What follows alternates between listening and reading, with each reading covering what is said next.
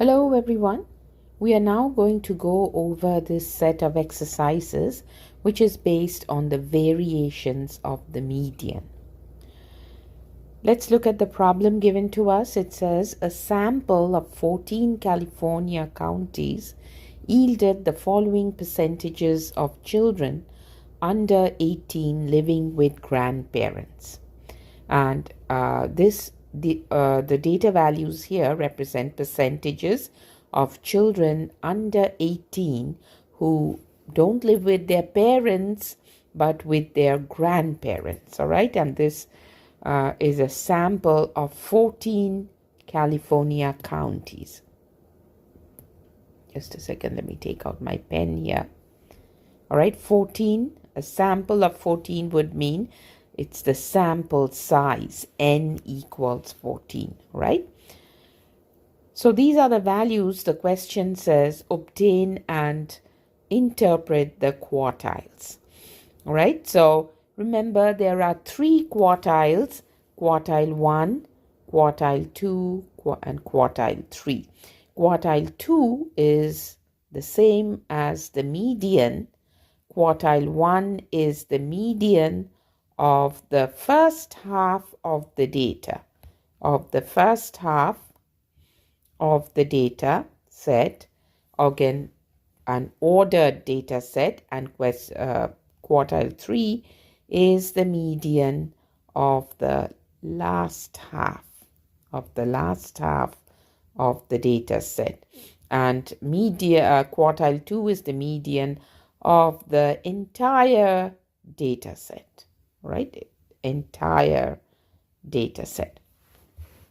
So we always begin by finding quartile 2 first, because after finding quartile 2, which is also the median of the entire data set, we can divide the data into two equal parts and then find the median of the first half and then the second half. All right. So when finding the median, the first thing that you must do is order your data from the lowest to the highest value. Over here, the data is not ordered, right? It has 5.9, then it has 4.0, then again 5.7, then again a lower value.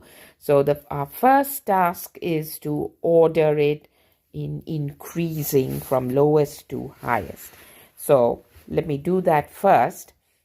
I'll start. The lowest value is 4.0. All right. So 4.0, and then 4.1, 4.4. Then we have another 4.4. Let me just write that down here. Okay, so here is the complete data ordered. I quickly pause the recording a little bit so you didn't have to watch me order it, because that's something you can do easily. So we have to make sure that we have all 14 values here. So let me do a quick count. 1, 2, 3, 4, 5, 6, 7, 8, 9, 10, 11, 12, 13, 14. All right. So just to make sure that I didn't leave out any value, I just counted and validated that all 14 values were in my list, right?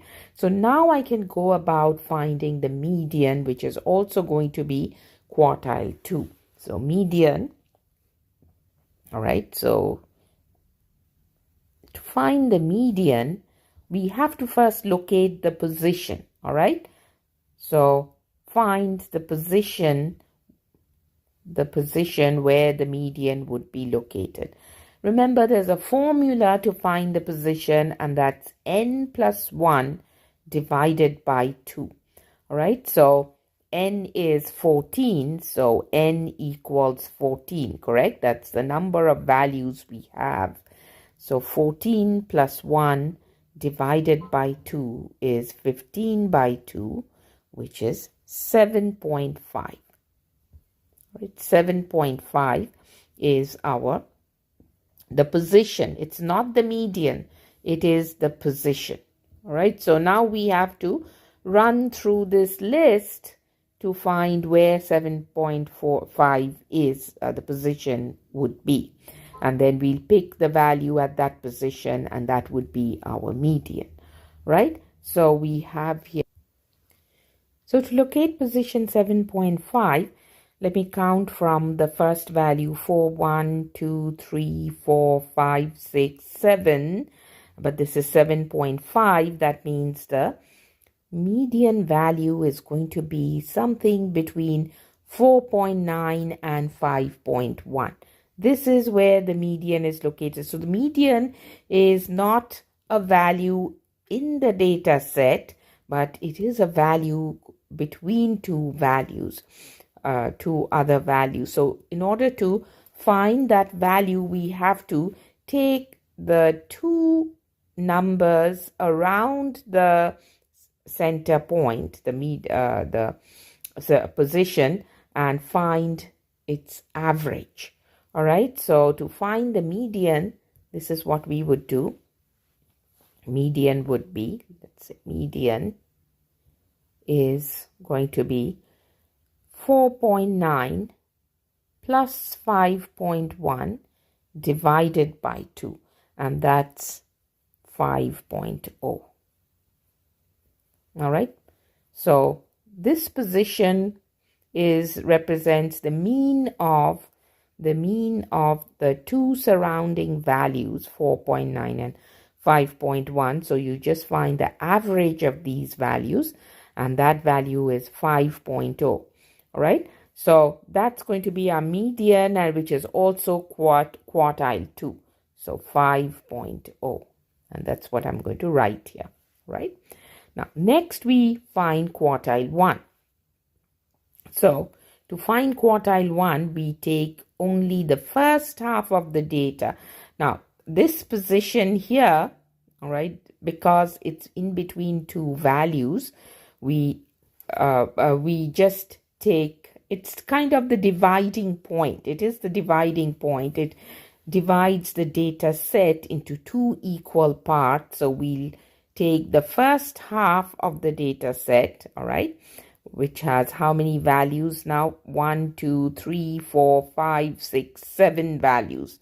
So the left half of the data has 7 values. So that means n in this case is 7. All right. So now I'm finding, let's write it here, quartile 1. All right. So to find quartile 1, n equals, all right, because this is the first half of the data that we are working with now for quartile 1. So to find quartile 1, n would be 7. So position is at 7 plus 1, right? N plus 1 divided by 2, same formula. 7 plus 1 divided by 2, which is 8 over 2, which is 4. So we have to go to the fourth position to pick up the value of quartile 1. So 1, 2, 3, 4. So this is the value here. All right, this is our quartile 1 value. So that value is, or rather the median, that position 4 falls on a particular value. It's not between two values. All right, because we have an odd number of values at this point. So I'm going to write 4.4 for quartile 1. And now I'm going to take the second half of the data and work it the same way to get quartile 3. So how many values do we have here for quartile 3? We have, again, 7 values, 1, 2, 3, 4, 5, 6, 7. It better be an equal number of value that we had on the left hand side. So n again is 7. So n plus 1 divided by 2, right? So that would be 7 plus 1. 7 plus 1 divided by 2 equals 4. So now I'll count from this 5.1, all right, from the first value in the second half of the data set. So count for 1, 2, 3, 4. So 5.8, right? 5.8 is the quartile 3. So now we have all our quartiles. I'm going to just circle this. This is Q3. This is Q2. And this is Q1, right? So we got all our quartiles. We can write the 5-number summary, which will just include, in addition to the 3 quartiles, the minimum and the maximum value. So it's going to be this, the minimum, quartile 1, quartile 2, quartile 3, and the maximum value. So minimum value is, what's the lowest value in this data set? 4.0, correct? So 4.0, quartile 1 is 4.4, quartile 2 is 5.0, and quartile 3 is 5.8, and the maximum value in the data set is 6.5. All right, so just a second, let me fix this. The numbers are moving around. Just a second. All right, so quartile 1 was 4.4, 5.0,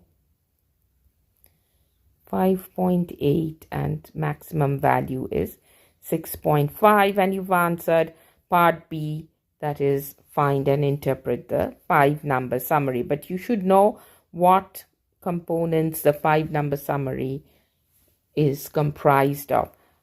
Minimum, quartile, the 3 quartiles, and maximum. All right. Now part C says determine and interpret the interquartile range. What is the interquartile range? It's the difference between quartile 3 and quartile 1. So IQR goes by this formula, Q3 minus Q1. So we know Q3 is 5.8. So it's going to be 5.8 minus 4.4. That's going to be our IQR. And it's going to have a value of 1.4. That's IQR. All right. So now let's go to the next question here. Just one second. Determine the lower limit and upper limit of the data. So the formula for the lower limit of the data is Q1 minus 1.5 times 1.5 times IQR. All right.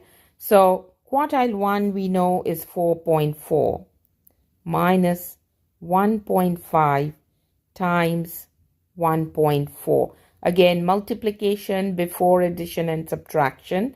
All right, so make sure you follow the order of operations. So we'll have 4.4 minus 2.1 equals 2.3. That's the lower limit. All right, so that's the lower limit of our data set, 2.3. Upper limit formula is Q3 plus 1.5 times IQR, right? IQR. So the upper limit is going to be equal to, what's the value of our upper limit? 5.8 plus 1.5 times 1.4. Again, I'm going to surround 1.5 times 1.4 with brackets because that part has to be calculated first. So we'll have 5.8 plus 2.1, which is 7.9. So that's our upper limit value. And what does the lower limit and the upper limit tell us? It helps us identify potential outliers. What we do is these two values will tell us whether, or rather these two values are the cutoff points for the outliers at both ends of the data set, both ends of the ordered data set. So any value which falls to the left of 2.3. That means any value less than 2.3 will be considered an outlier. Any value greater than 7.9 will be considered a potential outlier.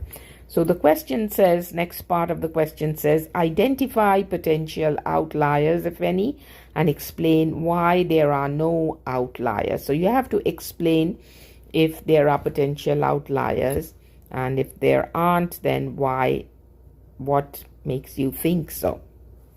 So again, go back to your ordered list. Our lower limit was 2.3. Do you see any values less than 2.3 in the data set? No.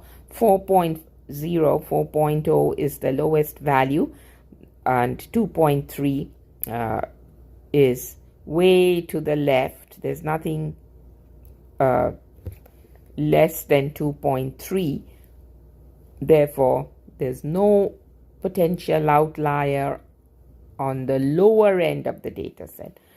The upper limit was 7.9. The highest value in the data set is 6.5. All right, there would be a potential outlier if there were any values greater than 7.9, which there aren't.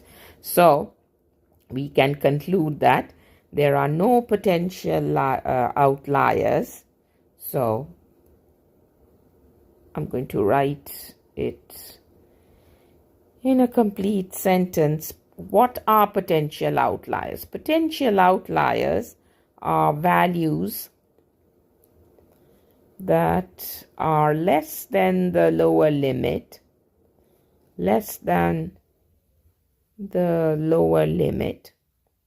and greater than or greater than the upper limit, right? Greater than the upper limit. Now, since there are no values, we already checked that, since there are no values less than the lower limit of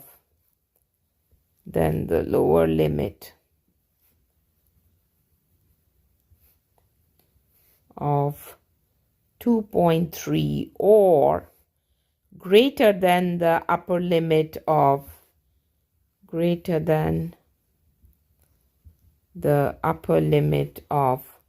7.9, there are no potential outliers. All right, so that's the explanation. No potential outliers.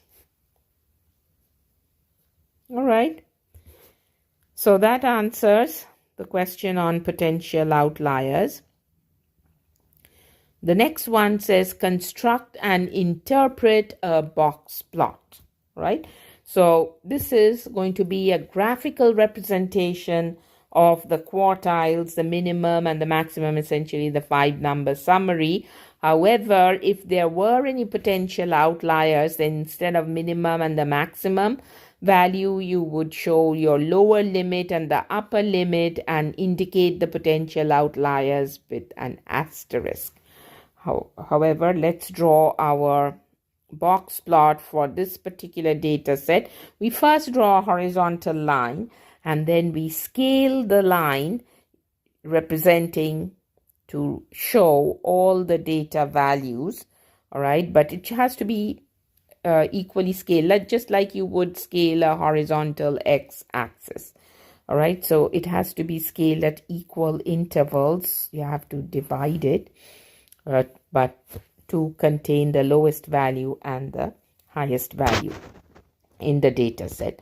So 4.2, 4.4. Now I'm going to pause this video to complete this markings on the interval and then come back again.